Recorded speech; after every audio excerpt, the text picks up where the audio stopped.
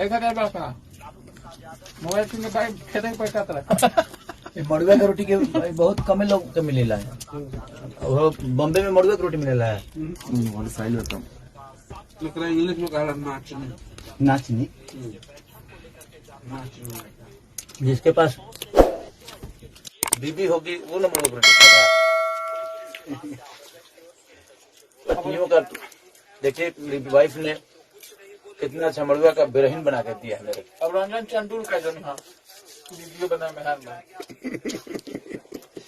नहीं रंजन भाई खाए होंगे आप खाए ना। हाँ खाए एक बार। बहुत कम ऐसे लोग आज की डेट में कहाँ मड़ुआ की रोटी मिलता है। मड़ुआ की खेती बिहार में बंद हो गया लगभग। नहीं मेरी सास 5 कट्ठा मड़ुआ बोती है मेरे लिए।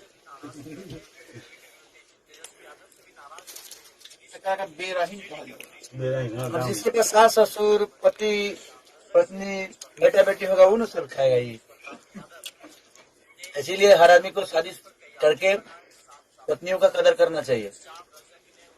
औरतों का कदर करिए। देखिए कितना ख्याल रखते हैं मेरी वाइफ मेरा।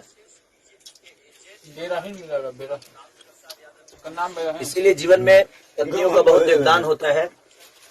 दिखा देते हैं रंजन भाई को। देखिए मड़ुआ का बेरहीन है। इसीलिए रंजन भाई अपने पति का पत्नी का कदर करिए, अपने बच्चों का कदर करिए, दुनिया से प्यार करिए।